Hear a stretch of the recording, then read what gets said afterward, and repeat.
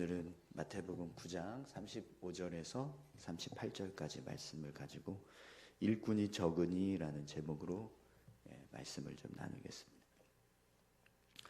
오늘 말씀은 어제 말씀과 같이 좀 연결해서 함께 살펴보면 좋겠습니다. 어제 말씀에서 예수님이 귀신 들려서 말 못하는 사람을 고쳐주시는 사건이 나왔었는데요. 네, 여러분, 예수님께서 그렇게 병든 사람들, 연약한 사람들을 고쳐주시는 일을 하시는 이유에 대해서 오늘 본문이 36절을 보시면 이렇게 기록하고 있습니다. 무리를 보시고 불쌍히 여기시니 이는 그들이 목자 없는 양과 같이 고생하며 기진합니다.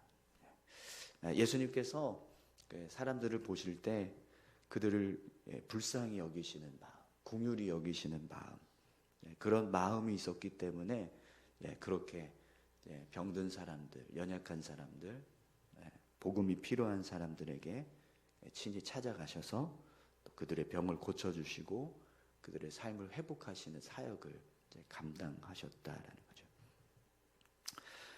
여러분, 분명히 예수님은요, 우리를 구원하시기 위해서 이 땅에 오신 그리스도 메시아이십니다. 그렇기 때문에 그 사명을 온전히 감당하시는 모습을 우리가 성경을 통해서 보게 됩니다. 우리를 불쌍히 여기시는 마음, 우리를 구원하시길 원하시는 마음, 그 마음을 가지고 정말 열심히 사역을 감당하셨던 모습을 보게 됩니다. 그래서 목자 없는 양과 같이 고생하며 기진하고 있는 그런 사람들의 모습을 보시고 더 안타까워하는 마음으로 그들을 구원하시는 일을 하셨는데요. 그래서 오늘 본문에서도 보면 예수님께서 그렇게 사람들의 모습을 안타까워하셨다, 불쌍히 여기시는 그런 마음을 가지고 열심히 사역을 하셨다, 이렇게 기록하고 있습니다. 그래서 예수님의 그 사역의 모습을요, 오늘 본문에서 모든 도시와 마을에 두루 다니사 그들의 회당에서 가르치시며 천국 복음을 전파하시며 모든 병과 모든 약한 것을 고치시니라, 이렇게 말씀을 하시는데요. 본문에 보면 이 모든이라고 하는 단어가 나옵니다. 사실 이 모든이라고 하는 말은 좀 과장법을 사용해서 표현하고 있는 겁니다. 예수님께서 사실 막 모든 이스라엘 땅에 있는 모든 마을에, 모든 도시에 다 가시지는 못했습니다. 그렇지 않았지만 성경에서 그렇게 말씀하고 있는 것은 그만큼 열심히 사역을 감당하셨다. 이 모든이라고 하는 단어가 헬라어로는 파사스라고 하는 단어를 쓰는데요, 하나도 빠짐없이, 이렇게 뜻이 있습니다. 그러니까 하나도 빠짐없이 예수님께서 모든 마을에 다 도로 다니시면서 복음을 전하시고 병든 사람들을 고쳐주셨냐? 사실 그건 아니거든요. 그런데 그만큼 열심히 사역을 감당하셨다는 거죠. 근데 그렇게 하셨던 이유가 뭐냐면 그들을 긍휼히 여기시는 마음, 그들을 불쌍히 여기시는 마음이 있었기 때문이라는 겁니다. 열심히, 정말 열심히 이 땅에 오신 메시아로서, 구원자로서 예수님은 참된 목자의 사명을 잘 감당하셨습니다. 그런데 오늘 본문 말씀을 보시면 예수님께서 사람들을 보시고요, 그들이 목자 없는 양과 같이 고생하며 기진함이라, 이렇게 말씀하고 계시는데, 사실 유대인들에게는요, 목자가 없었던 게 아닙니다. 이미 유대 땅에는 목자라고 불려지는 사람들이 있었습니다.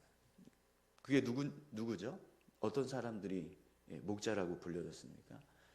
대제사장, 사두개인, 바리새인, 서기관, 장로들, 이런 종교 지도자들이 그들의 목자라고 불려졌었습니다. 그런데도 불구하고 예수님은요, 백성들을 보시면서 목자 없는 양처럼 고생하고 기진한다, 이렇게 생각하셨다라는 거예요. 그럼 여러분, 왜 예수님께서 백성들을 보시면서, 사람들을 보시면서 목자 없는 양처럼 고생하고 기진한다 이렇게 생각을 하셨을까요? 당시에 목자라고 불려졌던 사람들이 목자의 역할을 제대로 감당하지 못하고 있었기 때문입니다.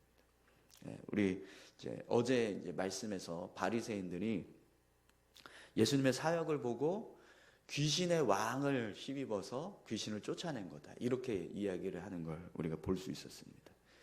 여러분, 하나님의 아들이신 예수님께서 귀신을 쫓아내시는데 그 모습을 보고 귀신의 왕을 힘입어서 귀신을 쫓아낸다 이렇게 말하는 사람들이 과연 하나님의 목자로서 그 사명을 제대로 감당할 수 있겠습니까? 백성의 목자라고 하는 사람들의 마음이 사단이 주는 그런 시기와 질투, 미움과 불신 이런 마음과 생각으로 가득해 있었습니다. 그들의 행동은 마치 사단의 종이 된 것처럼 그렇게 악한 행동을 일삼고 있고, 그런 모습으로 볼 때 이제 하나님의 종으로서 하나님의 목자, 하나님께서 목자로 세우신 그 역할을 그들이 제대로 감당할 수 있겠었는가라는 겁니다. 그래서 예수님이 백성들을 보시면서 더 안타까워하시고 더 불쌍히 여기셨던 거죠. 목자라고 불려지는 사람들은 있는데 그런 목자라고 불려지는 사람들은 백성들을 향해서 목자로서의 사명을 감당하는 게 아니라 그냥 사꾼처럼 그들을 부리는 사람으로, 그들을 통해서 착취하고 자신들의 명예와 영광을 취하고 있는 그런 모습들을 보니까 예수님 보실 때는 너무나 안타까운 거죠. 목자가 있는데도 불구하고 목자 없는 양처럼 그렇게 고생하고 기진하고 있으니 얼마나 그 모습이 안타깝게 보였겠습니까? 그래서 예수님께서 더 정말 열심히 복음을 전하시고 또 병든 사람들을 고쳐주시고 그렇게 열심히 사역을 감당하셨다라는 겁니다. 근데 오늘 본문에서 예수님께서 추수할 것은 많은데 일꾼이 적으니 이렇게 말씀을 하시는데요. 사실 일꾼이 적은 게 아니에요. 일꾼은 많았습니다. 일꾼이라고 불려지는 사람들은 많았는데 그런데 참된 일꾼이 없었다라는 거예요. 하나님의 뜻을 품고 일할 수 있는 그런 참된 일꾼들은 적었다라는 거죠. 그래서 예수님이 일꾼이 적으니라는 말씀을 하고 계십니다. 여러분, 이 땅에 성도라고 불려지는 사람들은 많습니다. 그런데 과연 하나님께서 기뻐하시는 성도는 얼마나 될까요? 우리 교회가 작년부만 한 120명 정도 이렇게 됩니다. 그러면 여러분, 과연 하나님께서 우리를 보시고 모든 성도들에게 다 성도다 이렇게 말씀하실 수 있을까요? 그렇게 되었으면 좋겠습니다. 그렇게 되기를 소망합니다.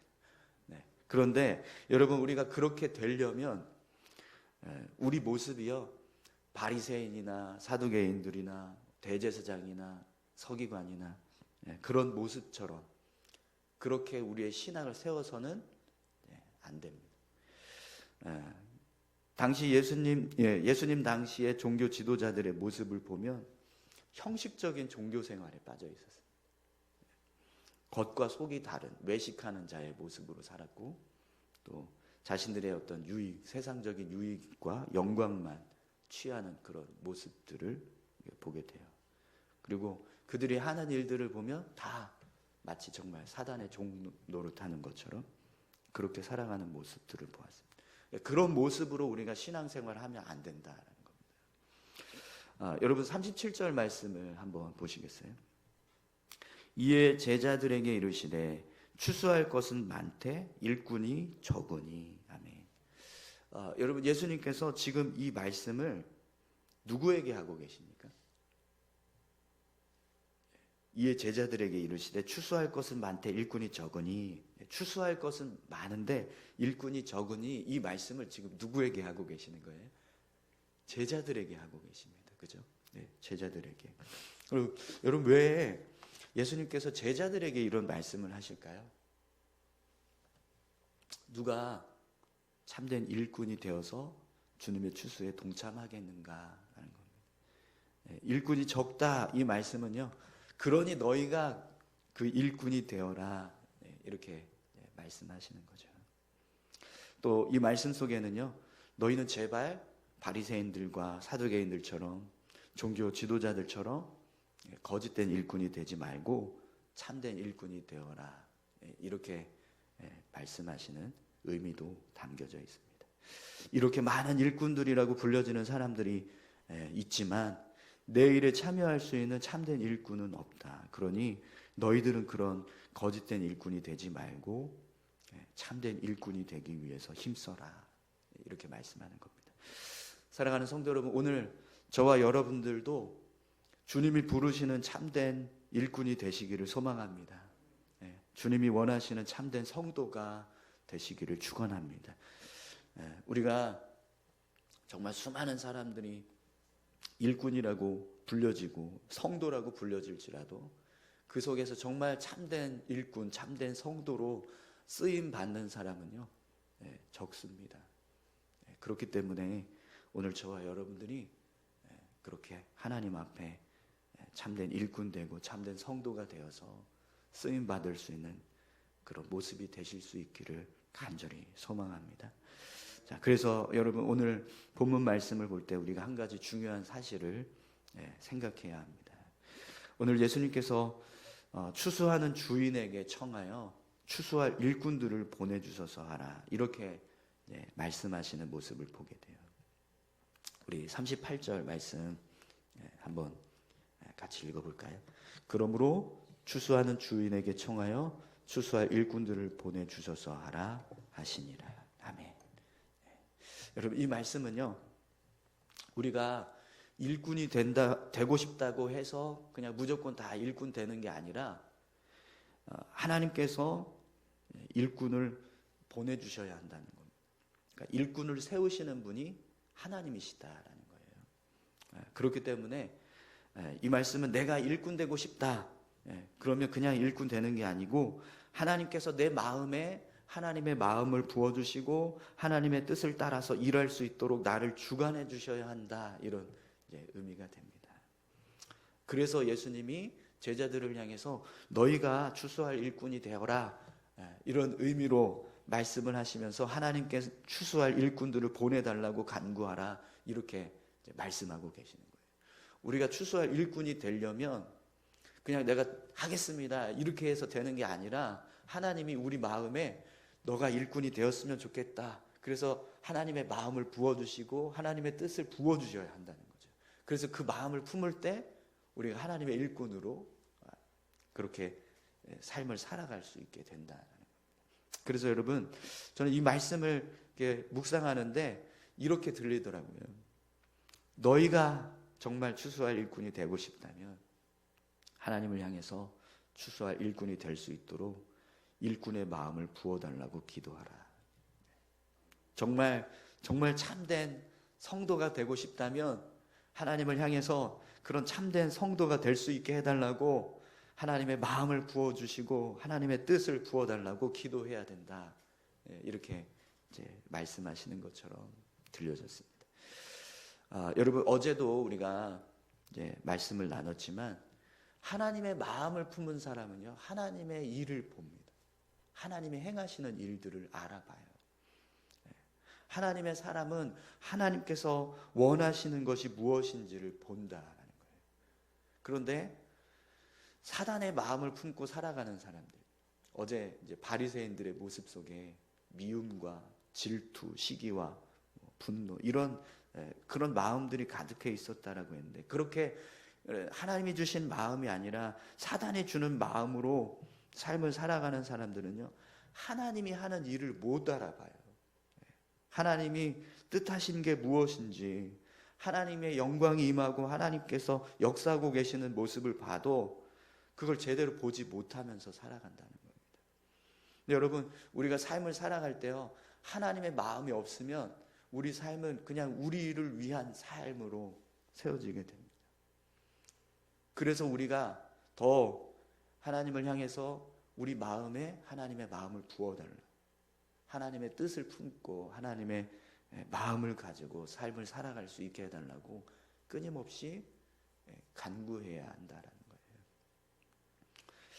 여러분, 오늘 저와 여러분들 역시 이 말씀을 기억하고 우리 마음이 하나님의 마음으로, 하나님의 뜻으로 채워져서 하나님이 기뻐하시는 성도, 또 하나님이 기뻐하시는 일꾼이 될 수 있게 해달라고 우리가 기도해야 될 줄로 믿습니다.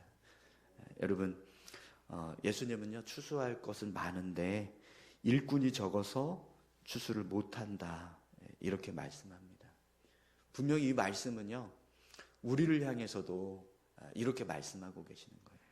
추수할 일꾼이 필요하다. 너희가 일꾼이 되었으면 좋겠다. 오늘 저와 여러분들이 이 말씀 앞에 마음을 열고 하나님의 마음을 품고 제가 그 추수할 일꾼으로 살아가겠습니다. 제가 그렇게 하나님 앞에 참된 일꾼 되어서, 참된 성도가 되어서 믿음의 삶을 살아가겠습니다. 이런 귀한 고백들을 하실 수 있었으면 좋겠습니다. 우리 같이 함께 기도하실까요?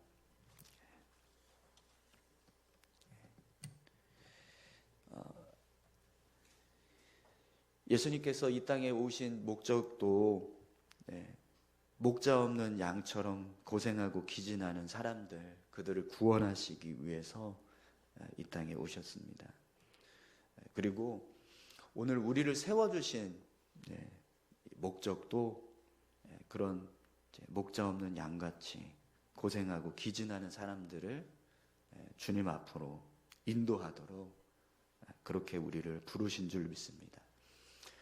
우리 함께 기도하실 때 주님, 추수할 것은 많은데 일꾼이 적은데 그 추수하는 일에 저희가 같이 함께 동참할 수 있도록 마음을 주십시오. 하나님의 마음을 품을 수 있게 해주십시오. 이렇게 같이 함께 기도하셨으면 좋겠습니다. 함께 기도하시겠습니다. 하나님 아버지, 감사합니다. 하나님, 우리를 세우시고 부르신 목적이